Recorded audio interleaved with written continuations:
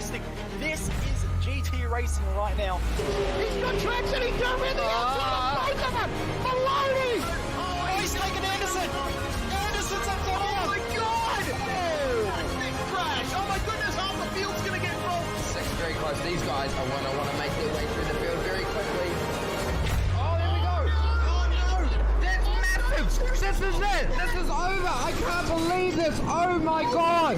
God, what?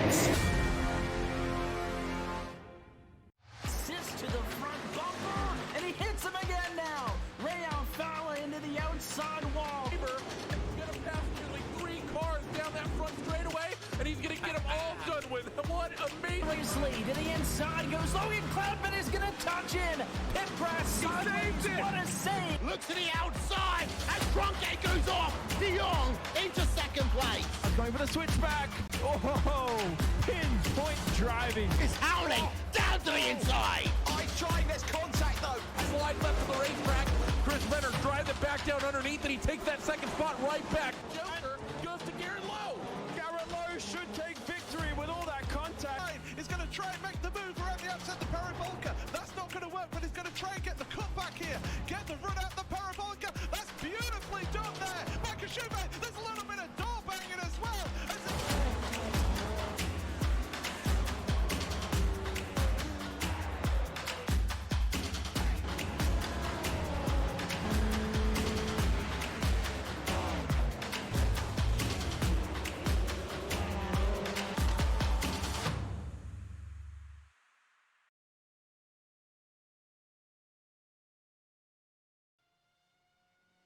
Round number 5.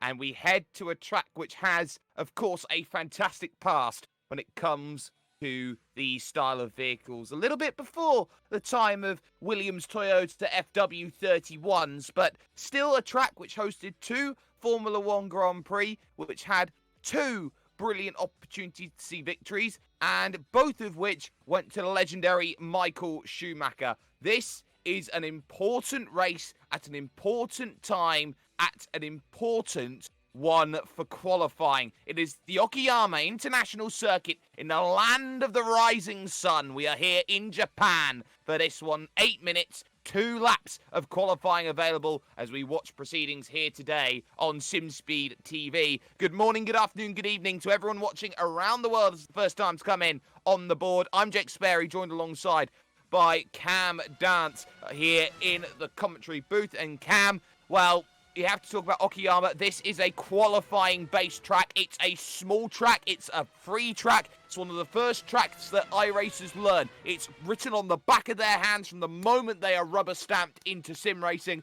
This place is all about qualifying because these cars, they're not going to hit top speed.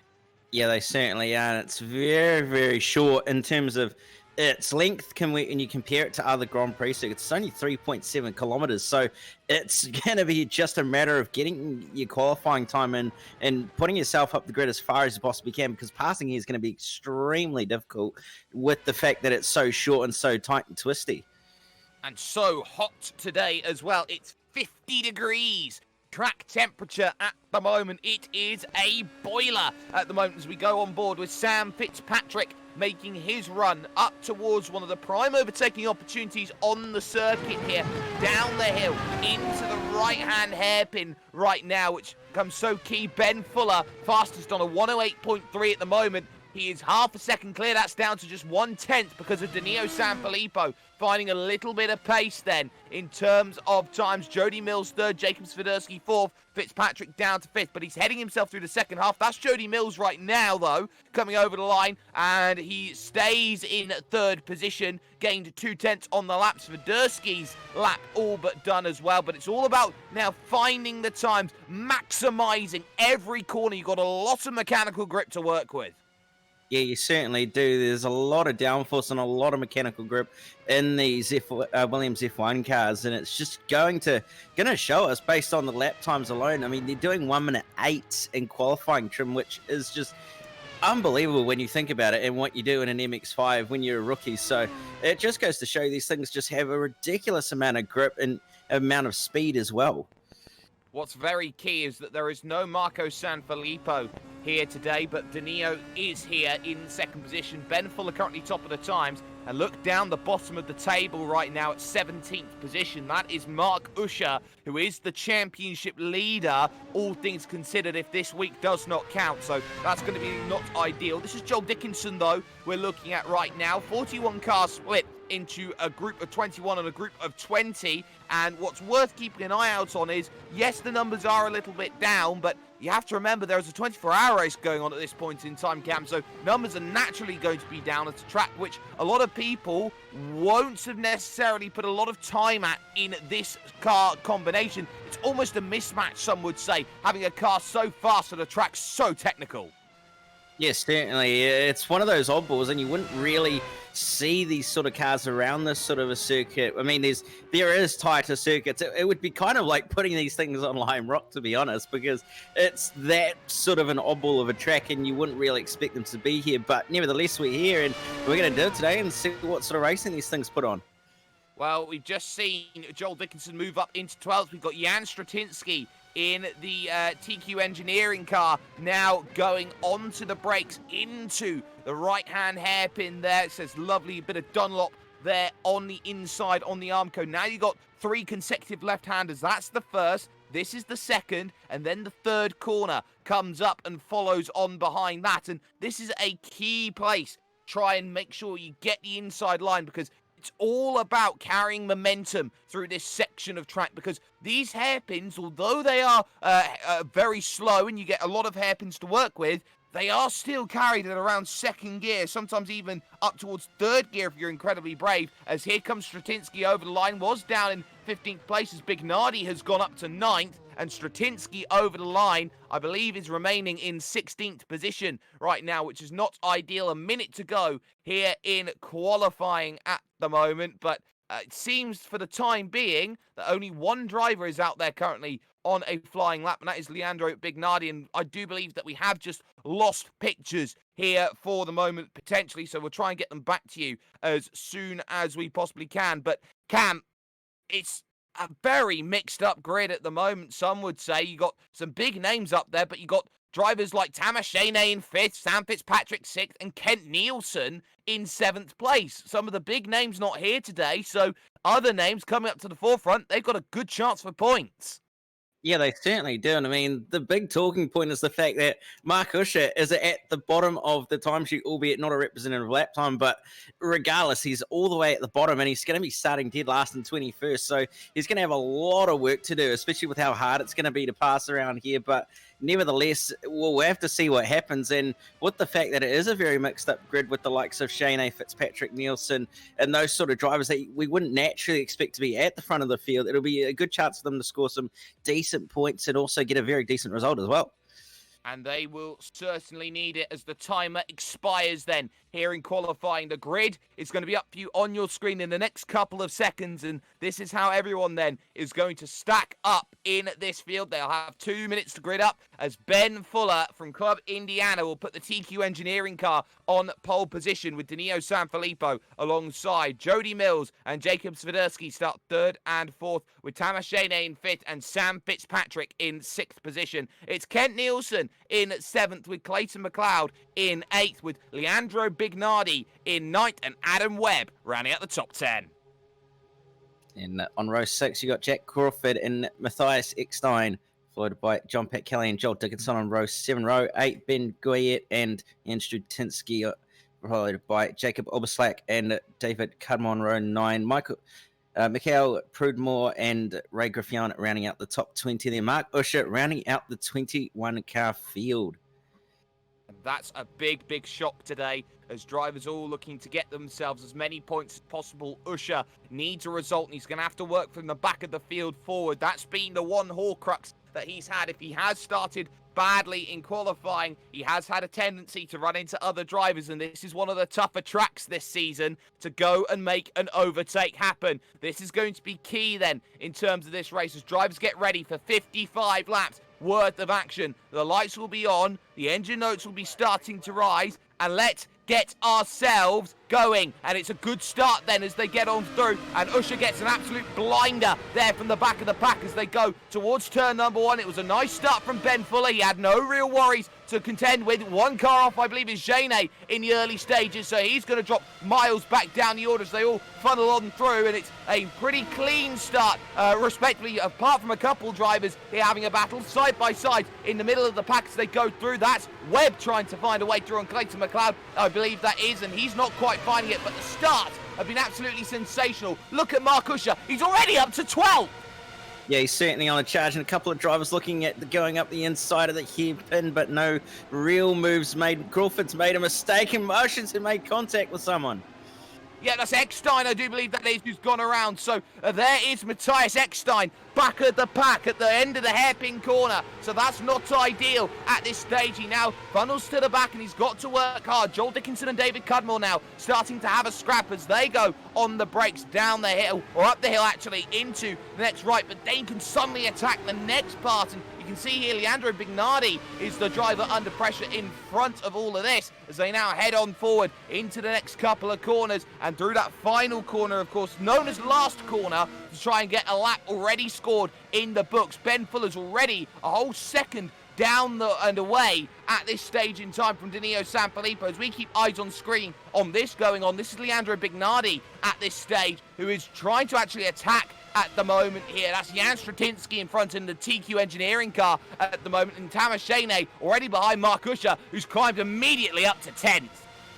Yeah, Mark Usher definitely proving why he's got the pace that he does, and he's made his way inside that top 10 already, and he's just going to be constantly passing more and more cars as these laps tick by. So would not be surprised if he ends up actually managing to get onto the podium somehow, and possibly even winning this race, although that'll be a hard task, but nevertheless, we'll see what happens.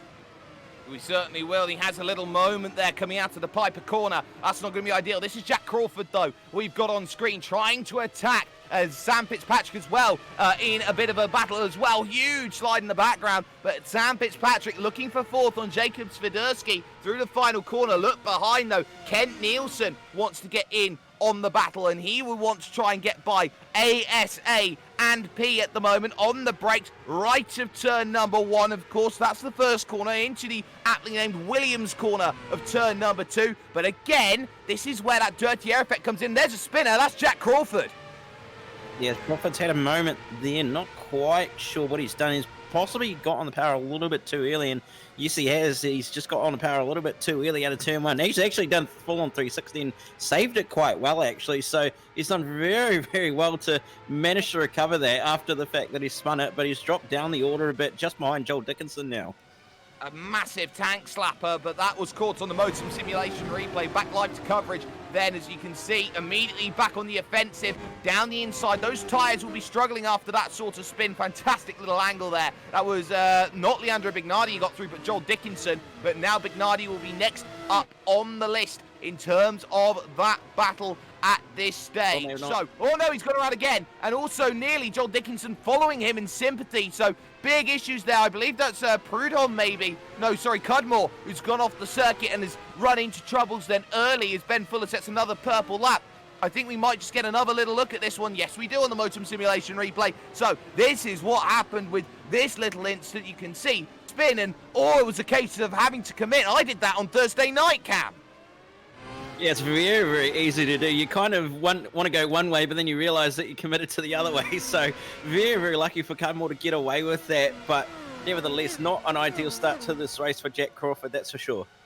It has been an ideal start, though, for Ben Fuller at the front of the field. He's 2.5 seconds clear of anybody else. This is Sam Fitzpatrick, though. Battle for the podium as we look at your race leader right now. Ben Fuller, 2.6 seconds clear of Danilo Sanfilippo, who at the moment has nothing in response for trying to close down the Indiana man at this moment in time. For third, though, it's starting to look interesting behind as Jody Mills has a lot of issues, but this is Bignardi and Dickinson at the moment having their own little Bignardi now starts to attack forward here. Stratinsky and John Pat Kelly, so 2 TQ Engineering cars try and get through, 4 of them in the field. But at the moment, Bignardi's got eyes on this. But look at Mark Usher now. He's on the back of the Grit TV car of Adam Webb, trying to think of the inside at turn number 1. Has to sit and wait for the time being, but trying to open up every corner. Does not want to be stuck, but maybe turn 4, maybe the outward curve might be the place, Cam.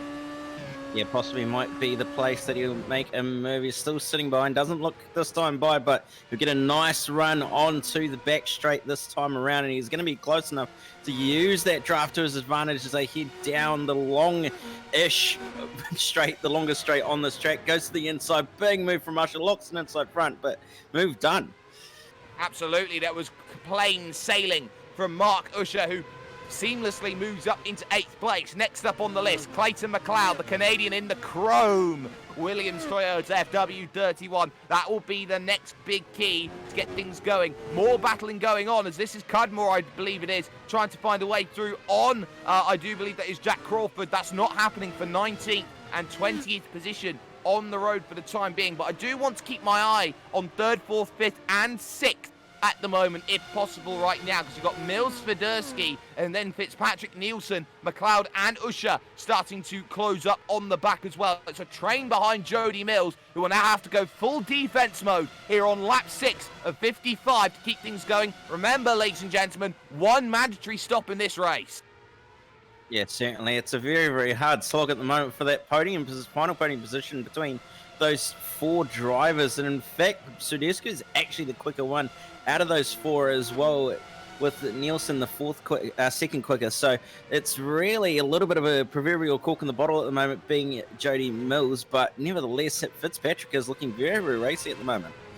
He absolutely is, through the Revolver corner and into Piper right now, and starting to look for a little bit more as they move on towards Redmond corner. This left-hander up the hill, turn to the right, that's Hobbs corner here now, and you start to try and get through, and there's the nose cut off of Sam Fitzpatrick, the wide line taken by Swiderski to open up Mike Knight, the penultimate corner right now, and trying to open up every corner possible. Now Kent Nielsen starts to close in on the back. These cars have no DRS. These were made in 2009, the Williams Toyota FW31, the year before DRS was implemented, so what they have is a little bit of an issue to try and get by. Yeah, certainly. There's no fancy electronics to try and help you here. You've just got to use raw pace and raw talent to try and find a way on by. And Clayton McLeod's actually a lot quicker than these drivers ahead of him, so I wouldn't be surprised if he ends up in this battle in no time, and whether he might even be able to get ahead and into the podium. That's going to drag Mark Usher around as Jack Crawford has found another little pass. He's passed Matthias Eckstein. He's got Michel Prudhomme next in terms of this one. Swiderski and Fitzpatrick, though, heading through, and that was a slightly wider line by Jacob Swiderski through that left-hand bender Revolver, and every time, 3 left-handers in a row. Big lunge from Fitzpatrick, and he's saw that coming, has Jacob Swiderski. He's trying to try the up and under twice to get this one done, but he's got to be alert to the cars behind, and what a pack it is behind that's trying to stay in the mix. But just like that, Fitzpatrick's there, and there's been a moment here, a huge one, because there off the track goes Jacob Swiderski, bumped out of the way, and here comes Mark Usher trying to make moves as well. Yeah, Usher's going to go around the outside of Nielsen here. No, he's actually not. Nielsen's going to hold on, but now Usher's going to try to put the pressure on contact between himself and Nielsen off into the barrier. Oh, just like that, we were on the Motum simulation replay, having a look at exactly what had come about through all of that, as we're going to continue with it right now and see exactly how that all played out. And it was just a case of Usher being slightly too aggressive through turn number 2. That was the incident that we saw earlier on, but now to turn 2, Mark Usher is going to be the key to keep an eye out on, because he continues with his own little moment. Yes, certainly. He's just made the slightest bit of contact. You can see there in the foreground with the car of Kent Nielsen. Nielsen actually made the wall, ever so slight touch with it, so might have just got away with it, but I wouldn't be surprised if there's possibly a little bit of front wing damage on that car, and possibly a little bit of front wing damage on Mark Usher's car as well.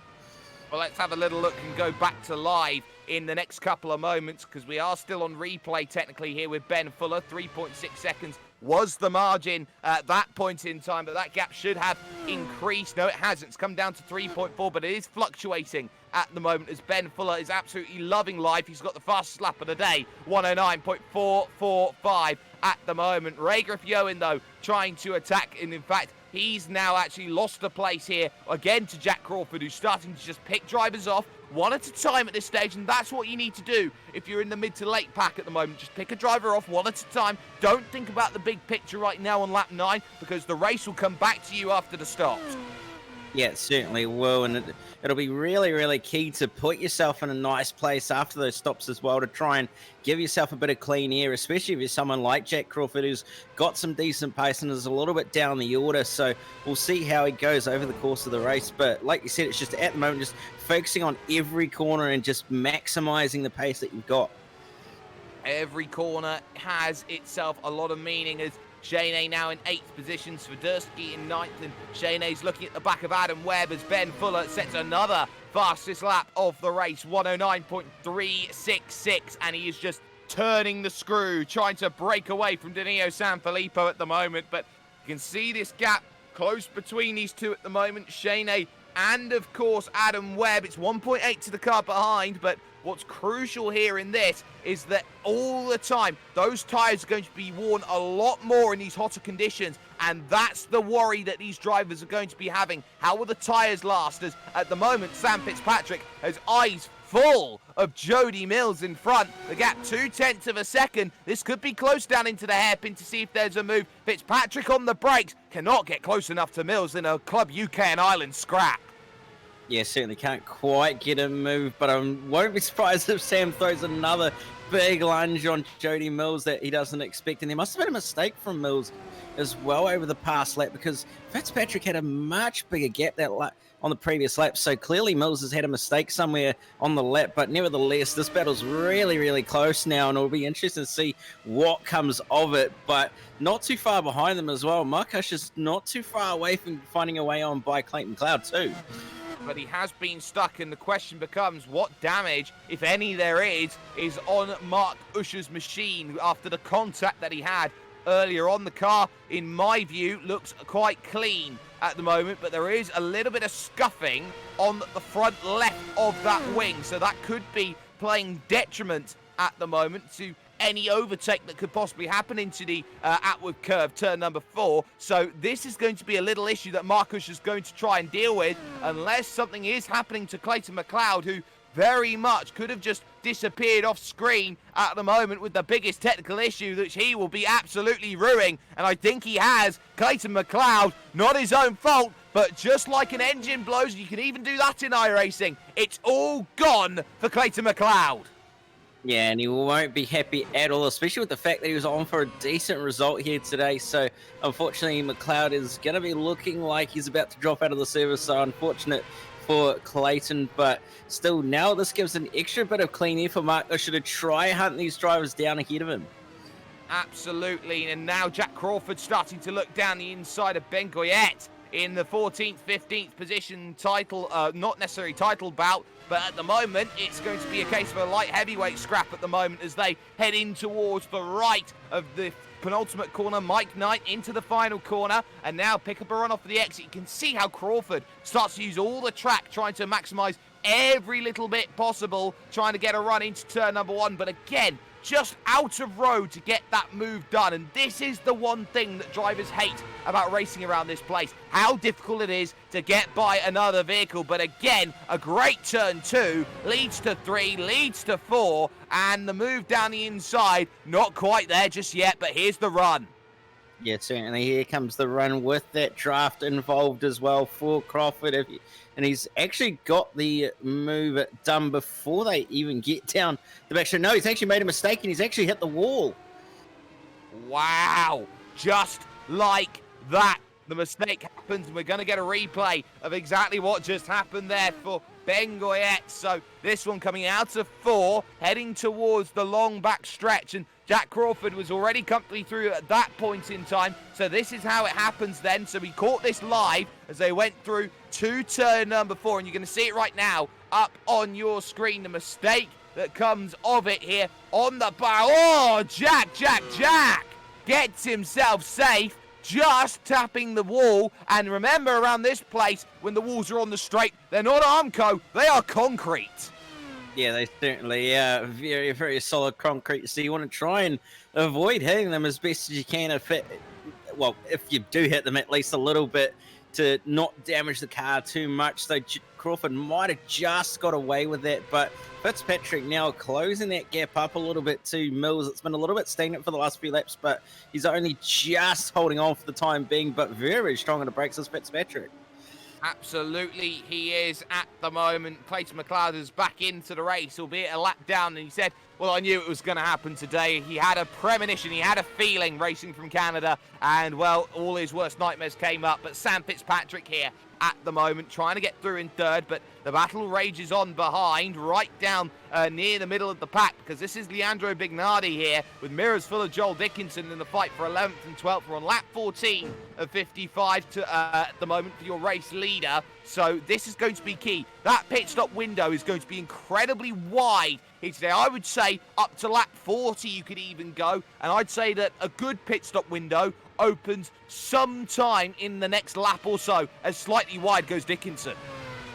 Yeah, Dickinson just running a little bit wide there, but yeah, it's going to be interesting to see what the pit stop strategy is going to be, whether some drivers decide an undercut is the way to go just to try and get a bit of clean air, or whether you just go as long as you possibly can to sort of hope that everybody in front of you pits a little bit earlier. We'll have to wait and see, but nevertheless, it's really just going to be all about making sure that you minimize mistakes at this point, like we've seen from so many drivers, and it's just small ones as well, but at the moment, yeah.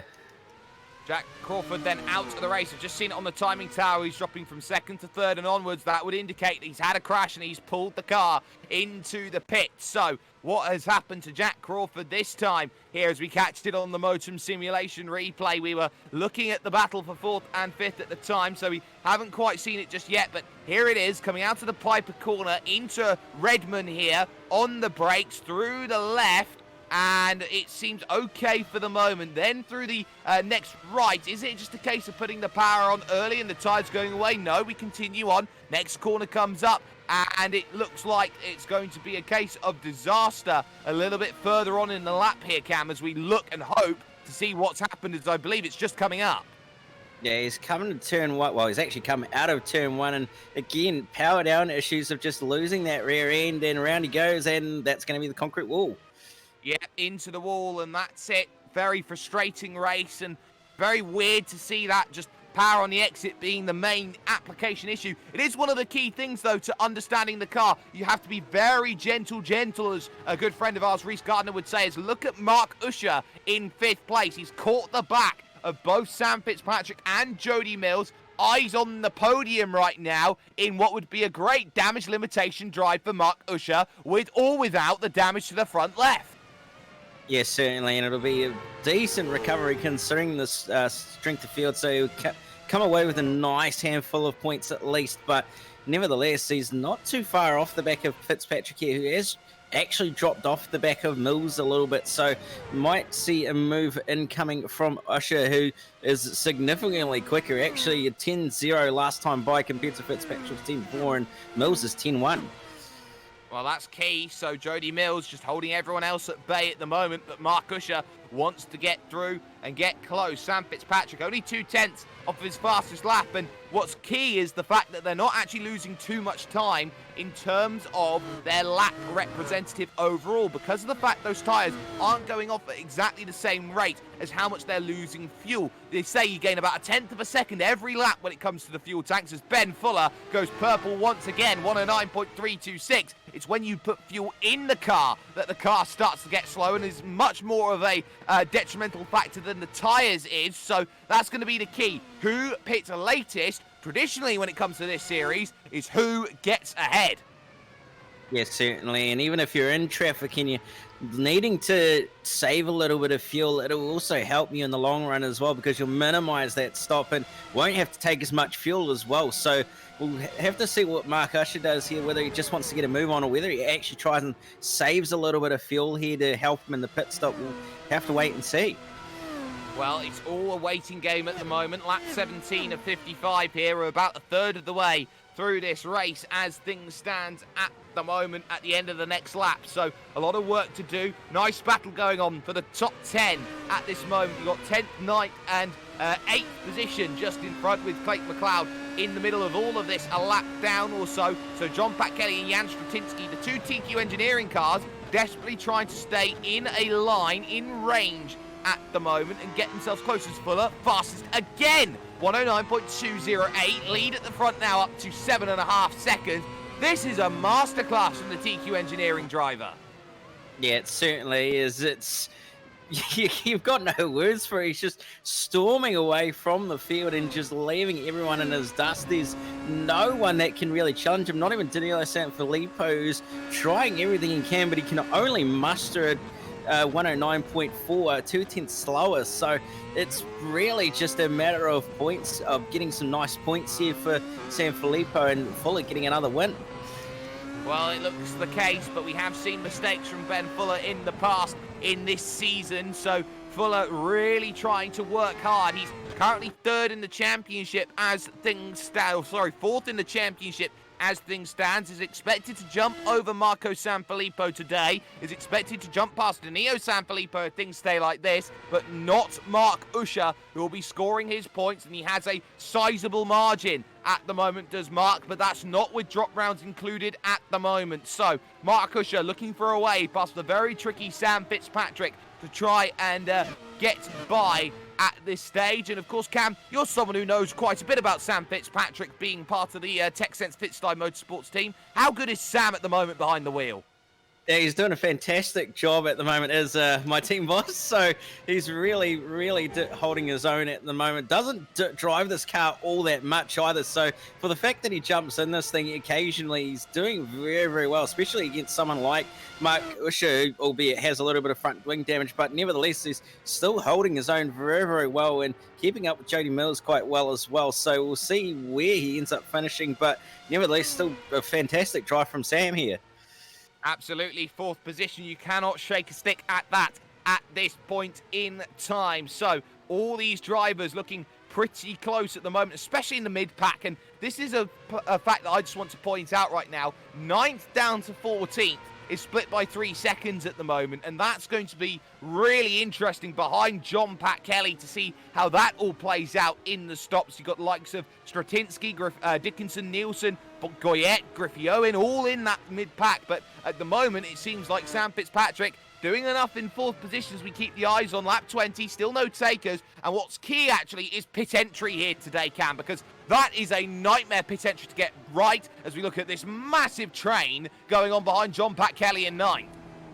Yes, certainly. It's a difficult pit entry that you really can't afford to actually mess up either, and is actually quite easy to mess up as well with grass either side of you. Well, on the left-hand side, and then you got a concrete wall on the right-hand side. So if you make a mistake, it's not going to end too well for you. But nevertheless, this battle in the mid-pack is really heating up, with a number of drivers all being close together, and Clayton McLeod currently leading the train of cars, and it's holding up John Pat Kelly a little bit, but nevertheless, Dickinson's around. Yeah, absolutely, and he spins it on the exit of turn 2. That is unironically Williams' corner that he's gone around, and it happens just like that. A snap of oversteer. It's off camber through turn number 2, so you're always trying to get as close to that inside curve as possible. The track always falling away, and he just loses grip getting up onto the curb slightly there, and those center Bridgestones are not going to be happy as Ben Fuller goes fastest again. 109 flat on that last lap through, but that is a very costly mistake, because that drops him all the way back, Joel Dickinson, to 17th. Yeah, it certainly drops him well down the order now with that mistake. That curb, he probably just unloaded the rear end a little bit, just touching that curb, and it's very easy to do at that corner with it being off camber, like you said. But nevertheless, Ben Goyette is all over the back of Kent Nielsen here, who still hasn't actually pitted for a front wing yet. So be interesting to see what happens and whether he is actually carrying a little bit of damage or not. Around the outside trying here is Ben Goyette. This is the best I've seen him drive so far as he goes through turn number 2 and has a pretty good run of things. Ray Griffioen just behind. I was just keeping my eye on Jan Stratinsky there. We had him on the camera. I think he had a massive lockup, if not had to do a half save earlier on in the last lap. That was at Redmond Corner, so that would have been a little bit concerning for Jan Stratinsky, but sometimes, you know, the car can pretty much snap on a dime, some would say, going through a corner here, a corner there, and that's what makes this vehicle so tough to control. It's because every stage it wants to step out, as Mark Usher right now, speaking of stepping out, wants to step out of the toe and get a run, but the great equalizer, as so many times said before, is Jody Mills, and there is no way through. I think someone's going to have to come and make a stop, and it might just have to be Mark Usher. Yeah, it might just have to be if he's losing too much time. He is doing 109.6s, which isn't terrible with the fact that he's stuck in dirty air and also has a little bit of damage. It's only 2/10 off what Danilo Sanfilippo did last time by, so he's not lacking any pace more or less at this stage, but he will have to try and figure out what he wants to do here as Mills runs wide and Fitzpatrick looks up the inside. They're going to go side by side through the next corner, but Mills is just going to hold on, and this is going to allow Mark Usher to really close right up to the back end here. Absolutely, this is going to be a tough little scrap, and they stay line astern for the time being. No changes of position then as they sit and wait for more opportunities to come up. There is one reason why these drivers wouldn't pit, and this is information relevant to all of them, is how long it actually takes for a stop. If they stop right now, they are right in the middle of Nielsen and Goyette and Griffioen, and that's the last thing you want to be. Coming out of the pits in traffic to the outside again looks Fitzpatrick, trying to get the move sorted. Mills very slow on the exit as well, so that checks up everyone even more as they head through Williams. Missed Apex is harmed more here through turn 2 than anywhere else, and Mark Usher looking at the outward curve, thinking dive down the inside, thinks better of it. Yeah, he sort of faked there to fill the mirrors and try and force a mistake out of Fitzpatrick, but didn't quite happen, and now Fitzpatrick's going to have a nice run up to Mills, but Usher going to have a nice run towards Fitzpatrick, and Fitzpatrick looks to the inside on Mills, nearly a little bit of contact. Now Usher's going to get involved. This looks to the inside of Fitzpatrick, but no move from either. Oh, and just having to back out of it there was Mark Usher, and just like that, positions stay as they are. Ben Fuller, fastest lap again, 109.083, but for the moment it seems right now that Sam Fitzpatrick in 4th place is trying to use one very key thing. Big wiggle from Jody Mills coming out of that Hobbs corner, and just like that, that could have been the perfect time to come in and make a stop. Takes a slightly wider line through the final corner, gets a little bit of gravel for the troubles as they're side by side in the mid-pack that we look at the moment, and this, I believe, is Joel Dickinson down the inside of what I believe is not Leandro Bignardi, but the car that he's just managed to find a way through on. I think that's Jacob Oberslack. Yeah, certainly looks like it is by the looks of it, which is a little bit interesting considering he's made a mistake earlier on. So he's still clearly got some pace as Dickinson, but nevertheless, it's another position and another position to recover after the fact that he's had that spin, but he's still a little bit down the order at this stage. Well, it was a little bit of contact with Bignardi. You can see the damage Bignardi has on the wing, but to the outside looking then goes Joel Dickinson, and he got it done. Now, I'm going to stay with the replay here because this is Sam Fitzpatrick losing the place to Mark Usher out on circuit. Where has he gone and done this? It wasn't through turn number 2, and in fact he is now through on Jody Mills as well, I do believe, because someone has come down and made a stop. We cannot determine who at the moment, but they can see down the inside, easy move. I think that's Jody Mills in for a stop.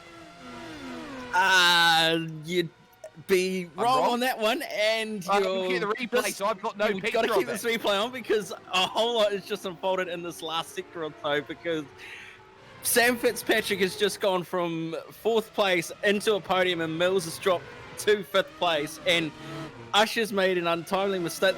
You're about to see what's just happened, because this is turned on its head completely. Oh my word, so there goes Jody Mills, just like that. And does Mark Usher have his own moment at the next corner? So putting the power on the exit. Oh, he does! Oh my goodness me! 2 corners, 2 positions. Sam Fitzpatrick, well, you used all your luck right now, and it's time to say Christmas came a little bit early. Yeah, it certainly did come a little bit early for Sam Fitzpatrick, but that battle just unfolded within a matter of seconds, and Ben Fuller is finally making a stop, which is a little bit interesting considering he's been out front the whole time. So we'll see where he comes out, but Sanfilippo carries on, Fitzpatrick carries on. Does Mills and Usher come in? No, they do not, so they stay out for the time being.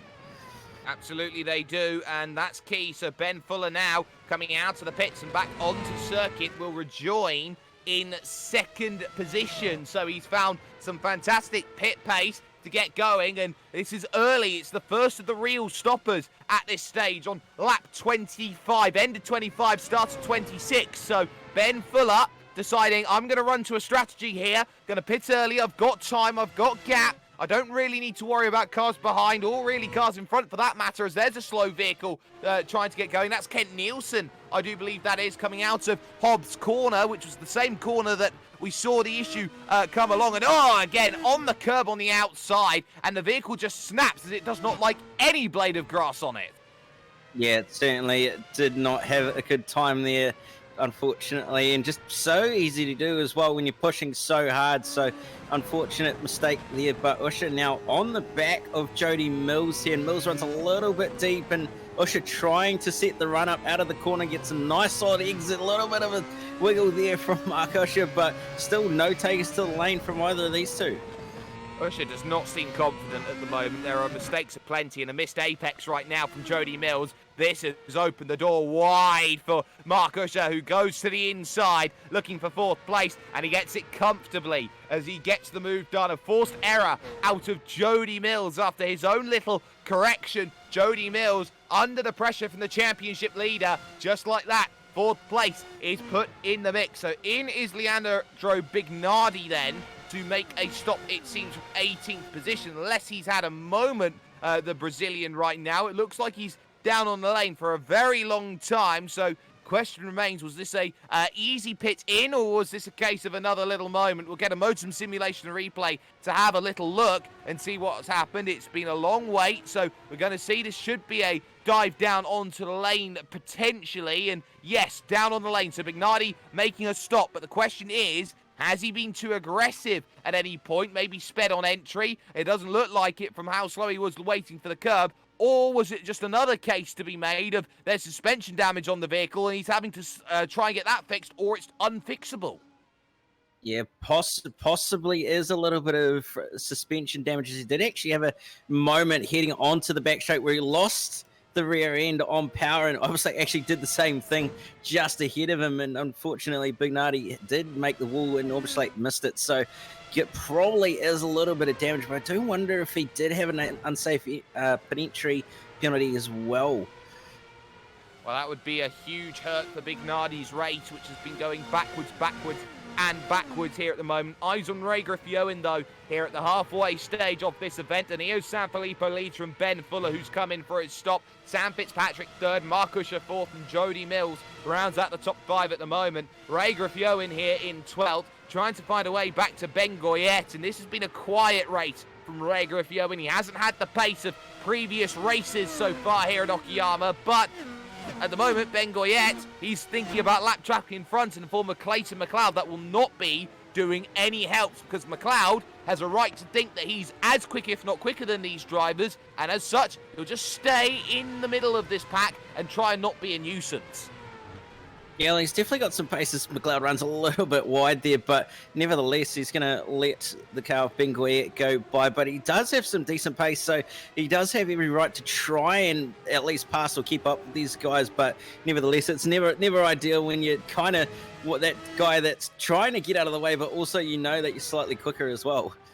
So Ray Griffioen decides, I've had enough of sitting and waiting. He'll come down into the pit. And I believe a car in front also decides to come in and make a stop as well. That could have been one of the lap down vehicles. So in comes Jan Stratinsky from 12th position on the road, and you can see who's there with him, Ray Griffioen. So these two very similar styles of drivers, those two, Stratinsky and Griffioen. They're both quiet drivers who pick up their places later on in races, and Griffioen right now, well, it seems like he's got a very nice target, and it's emblazoned on the rear gearbox. Yeah, it certainly is, and he'll have a nice bit of draft as well to go with that target that he's now going to be following. He's actually come out in some nice clean air, has Griffioen, so he's going to be in a very nice spot. And Danilo Sanfilippo is just dropped off the jacks, putting the last bit of fuel on, and is away. And he's going to be in some nice clean air as well, although Jody Mills isn't too far up the road from him, so we'll have to see what happens here. Well, that's Fitzpatrick and Usher both down in on the lane then, as they both come in, make their stop. Fitzpatrick a lot further down the lane at the moment than Mark Usher. That gap was 5 seconds, and Usher's on the jacks again as he was looking to try and get something fixed. So Usher's going to have a much longer stop here. That's John Pat Kelly yet to stop, who's going on through in 7th position. So all of a sudden, double up on the jacks for Mark Usher. Yes, certainly not ideal, and having to change that front wing as well. So he's had a longer stop regardless, but yeah, that double tire change isn't going to have helped him at all, and he's dropped well down the order. So he's not going to be too happy with that. But at the moment, Clayton McLeod has got is going to look to make a move on Sam Fitzpatrick, and Fitzpatrick lets him go with the fact that he's just come out of pit lane. So a smart move from Fitzpatrick, but Joel Dickinson just exiting pit lane now to having finished his stop. And has fallen a lap down with that stop as well. Kent Nielsen was up on the jacks twice as well, so he loses time in terms of the stop too. So that's a very, very crucial. Fitzpatrick's gap now is 11 seconds here to Mark Usher in the scrap for 3rd place overall. So this now means Jody Mills is right back in this one, could snipe 4th position away if he's not too careful. So we'll keep an eye on this one as they go on. I think Ben Goyette right now may have just decided that he's fallen behind, and look at these pitters as they all come in. This is Jacob Swiderski making the stop now. He's going to come in, get some fresh sets of boots. Oh, and go Usher's back in. Did he speed on exit? I don't think so, but it's very possible. Yeah, he might have actually, Well, by the looks of it. Wow. You can see not up on the jack, so he's waiting. We'll expect this to be around 15 seconds if that's the wait that we're looking at right now. So Mark Usher here looking to get himself going through as we get the Motum Simulation replay. It doesn't look like he's hit anything or he's had any incident at all. It looks like he's just had to come back in again for a penalty of some description. Yeah, it did look like he was a little bit eager on the pit exit in terms of his speed, so I did wonder if he maybe has sped on exit, but really, really unfortunate, not the race that Usher would have wanted. So he's gone from starting in last to ending up in with a chance of podium, and now he's back all the way down, a lap down even. P15 at the moment for Mark Usher. We're on board with him right now on the replay. He is going to be coming down onto the lane in this replay for the 2nd time. Nothing untoward with the way that he's driving. It seems all nice and dandy at the moment, but he's going to take a beeline right down in onto the lane for a 2nd time. You can see it's going to be the air of waiting for about 15 seconds for a stop and hold before getting back going again. That would have been what would have crushed Mark Usher in terms of this one, and hopefully we can go back live and see who is out there, who's still in with a shot then in this race. So it'll be Fuller from San Filippo, and I'd say Fitzpatrick 3rd. But now the question becomes, can Jody Mills get the tyres working and actually finding a good groove and rhythm to stay with Fitzpatrick at the moment? Danilo Sanfilippo here, happy with things right now, and Jody Mills, of course, yet to come in and make that stop. Yeah, certainly is yet to make a stop, but a 1 minute 9.7 last time by for Jody Mills. He's actually put in two very decent laps at 2 minute 9s. So we'll have to see what happens here and whether he's actually going to be able to jump Sam Fitzpatrick or not. Well, that's the key. Can you make the stop? Are you going to be losing a lot of time? Yes or no at this stage? And Jody Mills will be looking at the overcut and how much fresher rubber he will have compared to Sam Fitzpatrick at this point in time. The lap times look really good. Here's Ben Goyette, though, and he's got mirrors full of Ray Griffio and Jan Stratinsky just in front of that. So this is a 3-car scrap of all cars who have pitted here for the top 10 at the moment. But I expect this to be a little bit higher after they all go through. So keep an eye on this one at the moment. Griffioen runs slightly wide, but there's all this battling going on, and I believe the car in the background there is your race leader, who's now got to try and meticulously pick apart these three at the moment, and they will not want to be in a scrap right now with Ben Fuller, the race leader. Yeah, they certainly won't, and Ben Fuller obviously teammates with Jan Strutinsky as well, so they'll... That Mills in. Yeah, I think he might be... Yes, he is indeed in. Yep, so Jody Mills then pits from 2nd position as Ben Fuller continues on his way forward, looks to hit his marks and does so. Adam Webb staying out at the moment. We've got this fantastic look at the front stretch to see where Sam Fitzpatrick is, and there he is right now, coming out to the final corner. So we'll be starting to make that push over the start-finish line. I think, yep, it's really close they go through, but just ahead there is Sam Fitzpatrick. Good work there from Jody Mills to close the gap.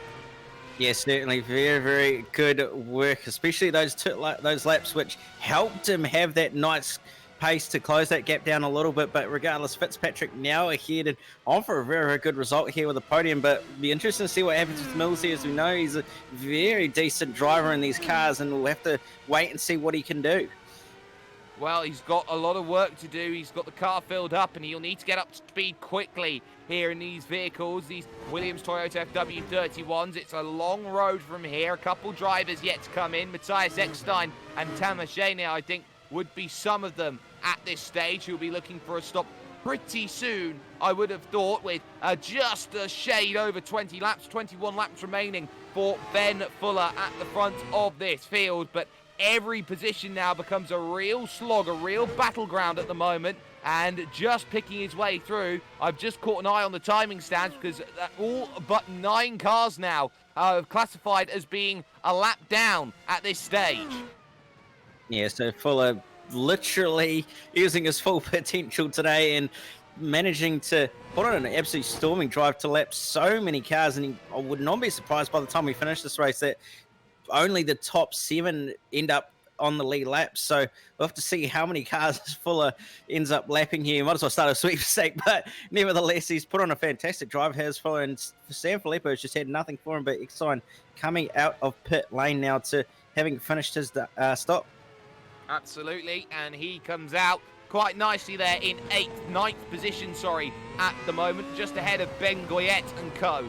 out there on the circuit. This is Jody Mills in 5th, trying to chase down Sam Fitzpatrick in 4th. Worth noting that Mark Usher did get through on Joel Dickinson for 13th position. He'll have Ray Griffio in next in the sights, but Mills here looking as we are on board with him right now through through Hobbs corner, now towards Mike Knight in the final corner. It's all about Mills trying to stay within a range. He's got the tyre life, he's got the advantage. Sam Fitzpatrick right now has got to be looking in his mirrors because he knows better than anybody else. He's not catching 26 seconds to Danilo Sanfilippo. Yeah, he certainly isn't going to be catching that sort of a gap anytime soon, especially with the pace that they've got at this point in time with Sanfilippo doing high 1:09. So they're going to have to find a little bit of pace if they want to try and catch up to Danilo Sanfilippo. But nevertheless, this scrap is going to be one to watch over the next 20 or so laps.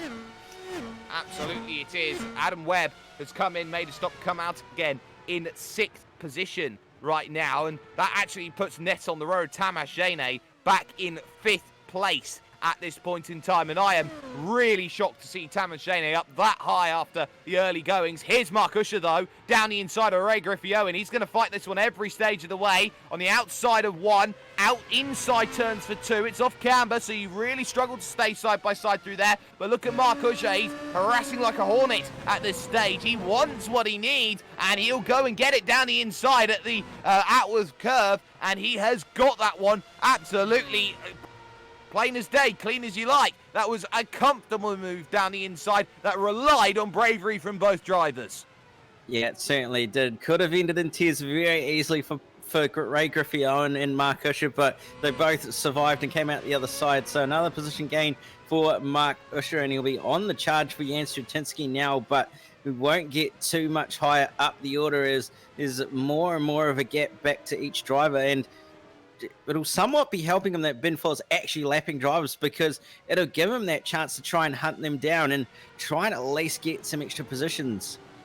Absolutely. He's got a 13-second lead at the front of the fields. We keep eyes on Jody Mills at the moment through the left-hander of Revolver into the next one, of course, the Piper's Corner, and now up towards Redmond at the moment. These two, 4th, 3rd and 4th at the moment. The fight for the podium, 0.6 of a second only, but what's crucial here is that they have gaps forward and back. They're on an island on their own, and they know that they're not going to get caught here in the late stages of this race for battling each other side by side. It will only be caught if they start running into each other, collecting damage. That will be the one issue that they'll be hoping that they will not have to rectify over the course of this race, as Mills, again, in a range, but a range at the moment is very much the Murray Walkerism. catching one thing, passing another. Here's Mark Usher trying to get by Jan Stratinsky for 11th.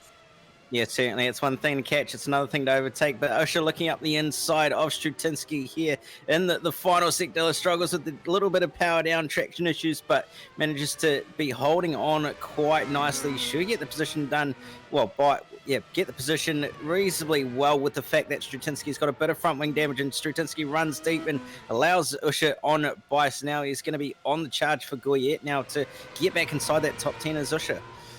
Oh, it was understeer central, but we look back further forward here on lap 39 of the event towards one Mr. Sam Fitzpatrick. He's going on to lap 39 at this stage. Such is the margin that Ben Fuller has. He's got 2/3 of a lap ahead of these drivers fighting for the podium, and Mills struggling in the dirty air through the penultimate corner then to stay anywhere near. You can see that gap extend out to nearly half a second as they now hit the straight. The draft is incredibly strong in these Williams Toyota FW31s, but the difficulty here is that there's no real long straight around this place. You can't go out there and attack hard.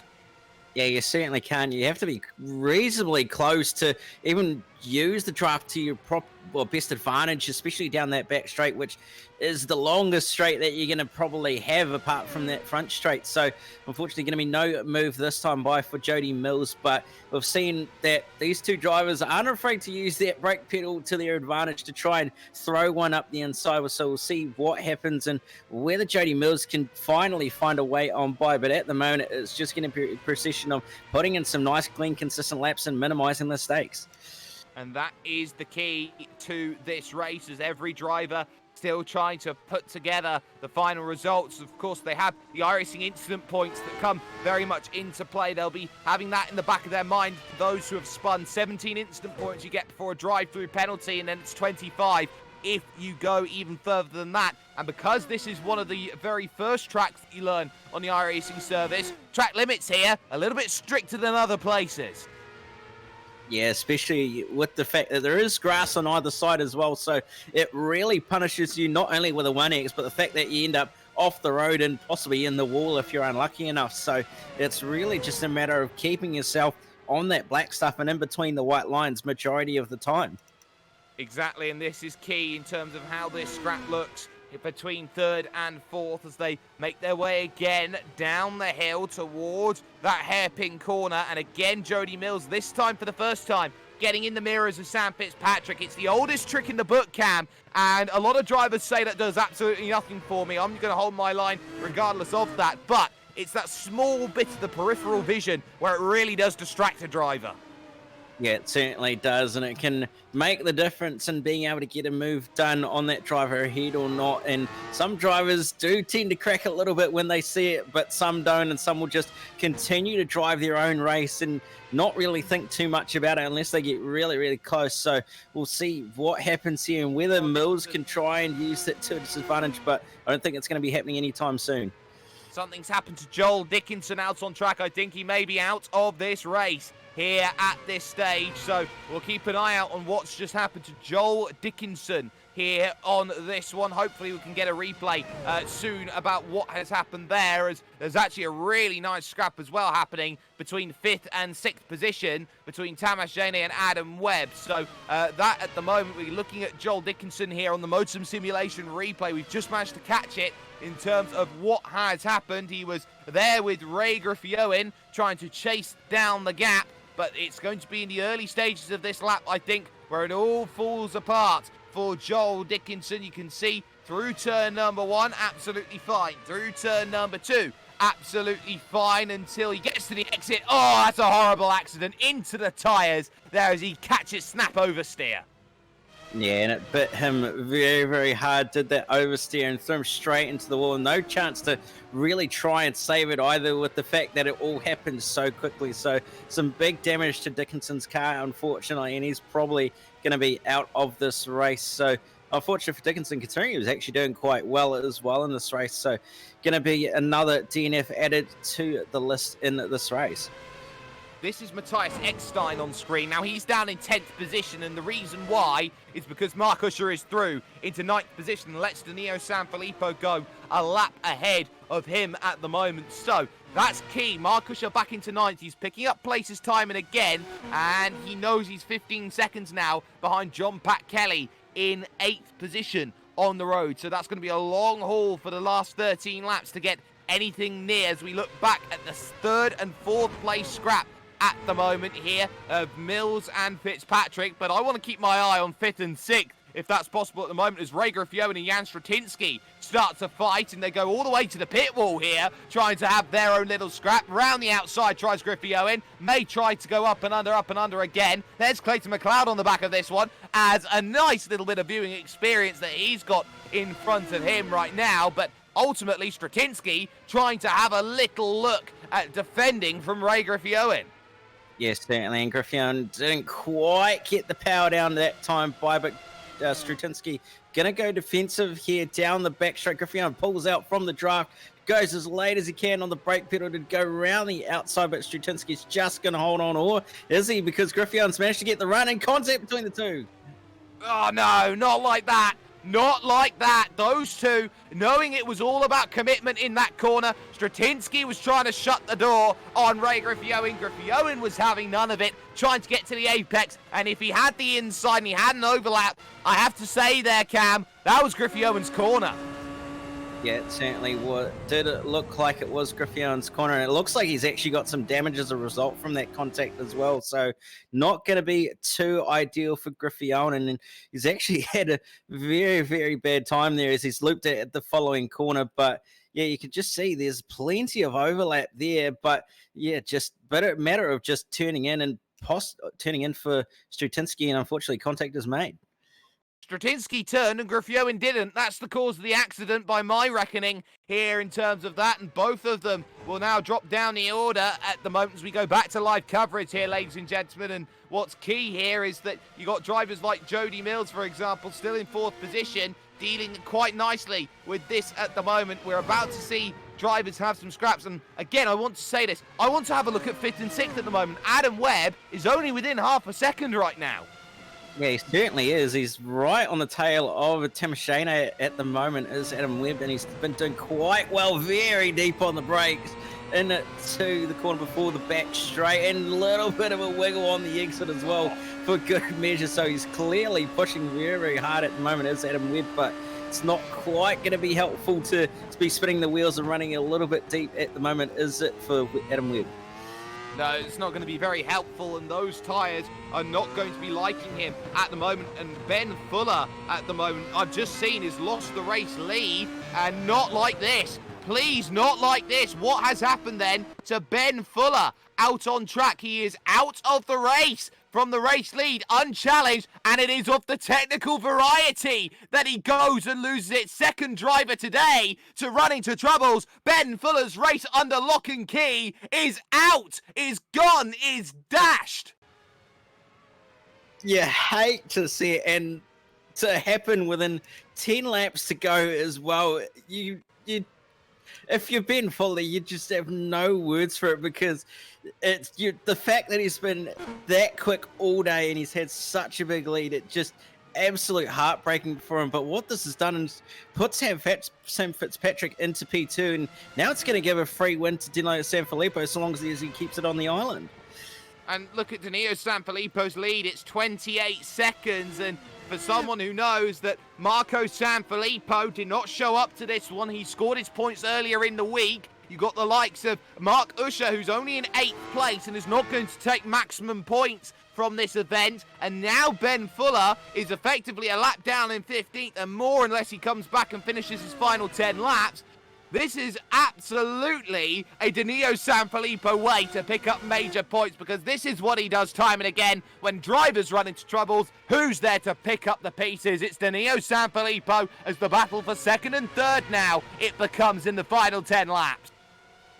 Yeah, certainly. It's going to be all about what happens here for the 2nd place battle between Fitzpatrick and Mills. And remember, Shane and Webb are battling quite hard, not too far behind as well.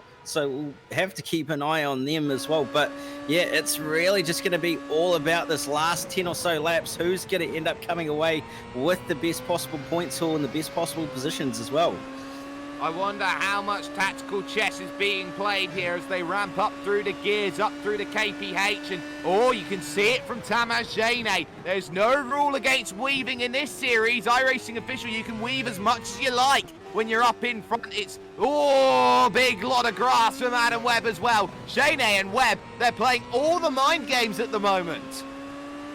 Yeah, they certainly are. They're definitely playing a bit of high-speed chess here with each other, trying to sort of duck and juke each other in different ways. But it'll be interesting to see what happens between these two and whether Zsene can just hold on for the time being. But Kent Nielsen putting some big pressure on Ben Goyette here for the final spot inside that top 10. Absolutely, and I think they're trying to dodge, dip, duck, dive, and dodge as they try and get going. Here's Nielsen down to the inside, wings repaired, and very comfortably Ben Goyette. He was trying to carry a lot of momentum there, was Ben Goyette through the corner there, down at the hairpin, but had to check up because Nielsen was just planting the car on the inside, and there goes Oberslack wide through the corner, and that is Stratinsky finding a way through, and this is right in front of that second place battle. Yeah, it certainly is right in front of them. So these guys fighting for that second place won't want to get held up at all by these lapped cars, especially Sam Fitzpatrick, who's got a nice little lead at the moment, and this traffic's really going to be hurting him at the moment and giving the advantage to Jody Mills. But nevertheless, Fitzpatrick going to be able to find a way on by rather quickly by the looks of it as Prudhomme gets out of the way to let them both on by. But now there's going to be a little bit of a gap before they get to Strutinsky here.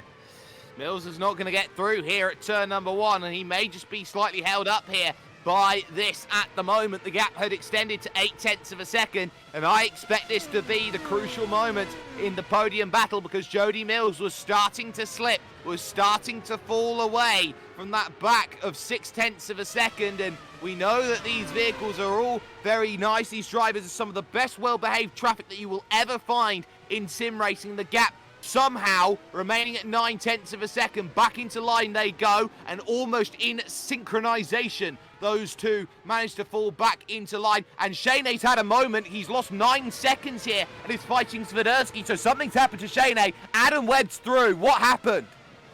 Yeah, I'm going to go have a look really quick. Not entirely sure. He's actually had a spin through the middle sector of the corner and he's just lost the rear end. The middle sector of the corner. That's news to me at the moment, so we'll see how this one happens. So through turn number 2, under no pressure at the moment, so it'll be through 3, maybe to 4 where the issue starts to happen here as we take a look at this on the Motum Simulation replay. So he's all nice and dandy at the moment. On the exit, is he okay? Yes, so middle sector. This is where it's going to happen. Down at the hairpin corner, maybe where the issue happens for Tamás Zsene. On the brakes, into the right, and is fine for the moment. Takes the nice narrow line on the exit. Through Revolver is okay. Then through Piper, it seems like it's okay for the moment. So we look to the next corner then to see exactly what's happened. Has it gone wrong here at this left-hander? On the power, okay. And would it be the case of that small wiggle? That was the forewarning, and it happens here? Absolutely not. So we go penultimate corner as we keep on searching for the one mistake that happens here in terms of this incident. We've gone a whole lap without finding it, so we go a little bit further forward to see if we've managed to find exactly what went wrong here in terms of the action. We haven't been able to find it, so we'll go back and look at live coverage. But Adam Webb, doesn't matter how it's happened, how we've not been able to see it, it's a case of 4th place, you take them. Yeah, certainly. I think it happened a lap later or so, unfortunately, so Fonty just missing it there, but nevertheless, it's going to be just a matter of putting in the nice laps and bringing it home. Is Adam Webb at the moment to bring home a 4th place with the fact that he's got 0 pressure around him, so he's just going to have to cruise on home, and I think it's going to be a matter of cruising on home as well for the likes of Sam Fitzpatrick and Jody Mills, as Fitzpatrick's actually started to pull away a little bit from Mills here, so Mills not really being able to put up any sort of a fight, unfortunately. And this is the bit where it hurts the most here, Cam, because the gap is 1.1 seconds at the moment, fluctuating in and around a second, down to 8/10 because that's Goyette off the road, and that would have really spooked Sam Fitzpatrick. Had to really slow up. Gap all the way back down to 4/10. Lifeline.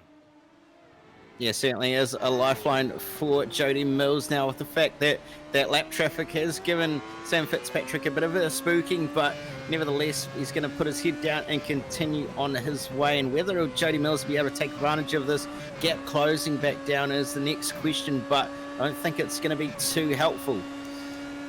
Well, that's the question. How helpful is it going to be with Danilo Sanfilippo over 30 seconds clear at the moment at the front of the field, having a fantastic run of things at this point in time. That gap extending now up to 7/10 of a second, and all of a sudden, this suddenly becomes a case of, well, how close are you going to get? What are you going to do? Where is every battle going to come up as Michel Prudhomme and Jan Stratinsky have their fights? Canada against Midwest at this moment. Prudhomme at the moment tucked behind, looking now to the outside, and he was very early in terms of picking that line up, so we get the nice aerial view into the corner. Not close enough just yet, but 13th place. It's going to be a very tough fight between these two towards the end. Yeah, it certainly is, and Stratinsky's not going to make this easy as Prudhomme into the wall in the background. That is the end in terms of that battle. So into the concrete goes Michel Prudhomme, and just like that, there he will go, and suddenly there pouncing onto the scene will be Cudmore soon. So here's Sam Fitzpatrick now with 4 laps of this circuit to go, trying to hold his battle at the moment. Shane as well in 5th, trying to hold off Swiderski in 6th place also. So for the time being, Sam Fitzpatrick not safe. Clayton McLeod, lap traffic in front, not ideal. Yes, certainly not ideal at all, but McLeod's had some decent pace at this point, so he shouldn't be too much of an issue, but he is trying to at least recover something out of this race, so he won't want to lose too much time, but if these guys do get close enough, I'm sure he'll be able to get out of the way and let them on through to continue their fight. But Mills is all over the back of Fitzpatrick here, and he's just not quite able to get close enough to make a move. And I've just seen that Mark Usher has just put the fastest lap of the race in on a 109.064, which indicates to me John Pat Kelly is not safe in 7th place at the moment, with that gap down now to 2.3 seconds on the road. You can see right now where John Pat Kelly is in the TQ Engineering car. You can see the hard-charging Mark Usher just behind, trying to get into the mix with things as well. So we'll keep an eye on that one as that develops. Shane and Swiderski also still close out on track. That gap 6/10 of a second at the moment as we look at Mills here with 3 to go, trying to get somewhere close to Sam Fitzpatrick, who's just driving pretty much to a limit where the limit cannot be reached by Jody Mills. Yes, certainly can't quite seem to get to that limit, can Jody Mills, but he's still going to come away with a nice haul of points as Mills, regardless with the fact that he's going to be on the podium here. So he'll be pretty happy with the result, regardless of whether he doesn't find a way past Fitzpatrick or not. Well, it's all about, can he find himself that one move? It's a podium at the moment. The question is, will he jeopardize that, trying to go for something at the moment? No, he will not. And there's only 2 laps to go at the behest of Danilo Sanfilippo, which will be a lap and a half at this stage in time. So Cam, question becomes 3 battles out on track inside the top 10, each of which is now about getting close enough to make a move. And this track notorious for not letting you get close. Yes, certainly. You're just going to have to drive the wheels off it nearly to try and make a move at this stage, especially with the fact that you're going to be on low fuel, the tires are going to be hurting. It's just going to be a matter of pushing as hard as you possibly can without making a mistake, because you're not going to be able to find a way on by if you can't do that.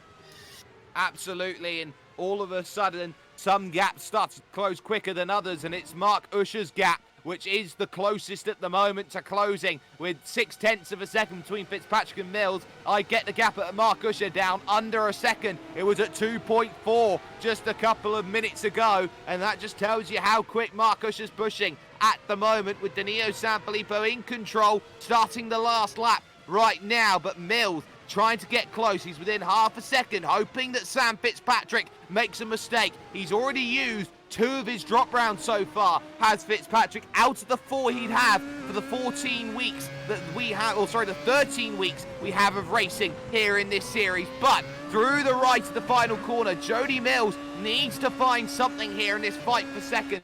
And at the moment, he's not quite there. He's looking for the inside. He's in the mirror once again of Fitzpatrick, but now this has to be a perfect lap to see how close this one's going to be. You got Shane and Swiderski semi-close at the moment, and then Mark Usher as well, and John Pat Kelly fighting out for 7th and 8th, but the eyes are on the podium right now. Fitzpatrick in second, doing a great job. We look further back, look at where Mark Usher is. This is crucial. Every point helps for the championship, and you never know if this 7th place could mean a whole heck of a lot as they go on through. Gap down to 0.2 of a second as they go in towards turn number 1. But here at the hairpin, Sam Fitzpatrick, Jody Mills, close. But keep an eye on Danilo Sanfilippo right now, who'll be coming through the final few corners in the next few moments, because he has absolutely found some gloriousness in this one. Usher close to John Pat Kelly, but here is Danilo Sanfilippo. He's already over the line. He's already won the race by a country mile here from that race victory.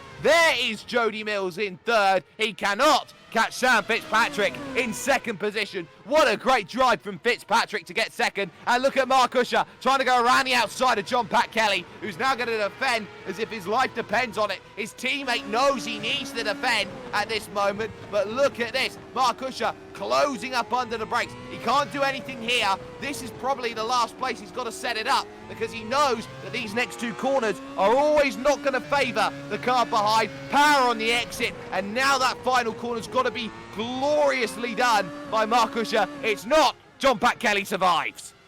Yeah, he just held on in the end to John Pat Kelly, but nevertheless, the fact that Mark Usher started 21st, got a drive-through, and had a long stop with 2 tyres, you got to give it to him. He's done very, very well to recover to at least get inside a top 10.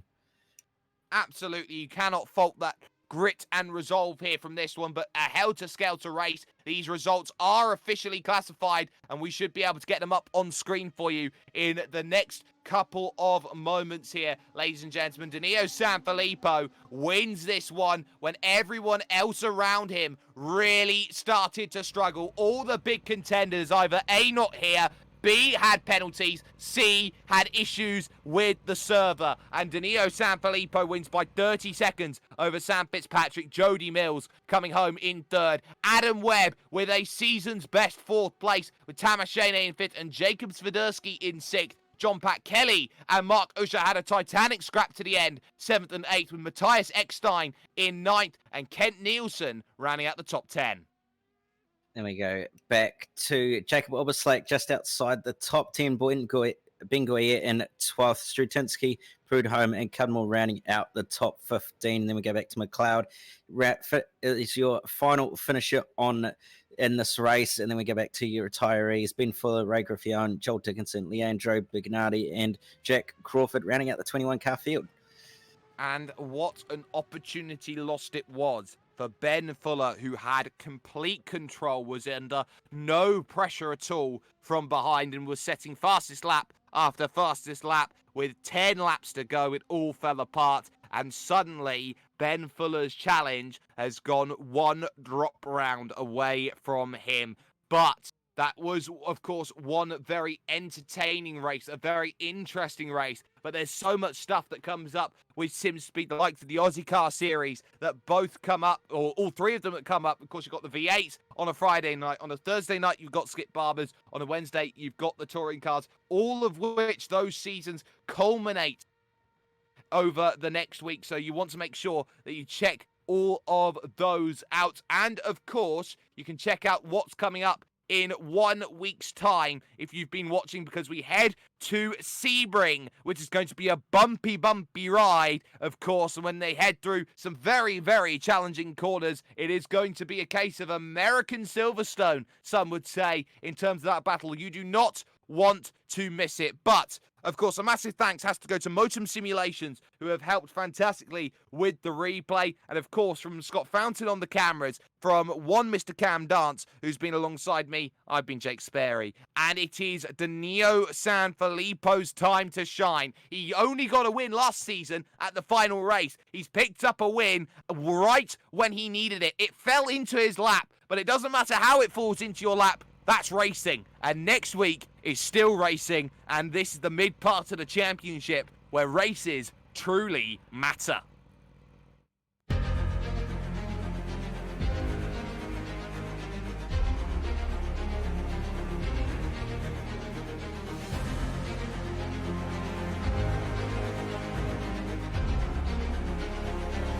This is fantastic. This is GT racing right now. He's got traction. He's going with the outside. Both of them. Maloney. Oh, he's taking Anderson. Anderson's up top. Oh my God. Oh, big crash. Oh my goodness. Half the field's going to get rolled. Section's very close. These guys are want to make their way through the field very quickly. Oh, there we go. Oh, no. That's massive. This is it. This is over. I can't believe this. Oh, my God. God, what?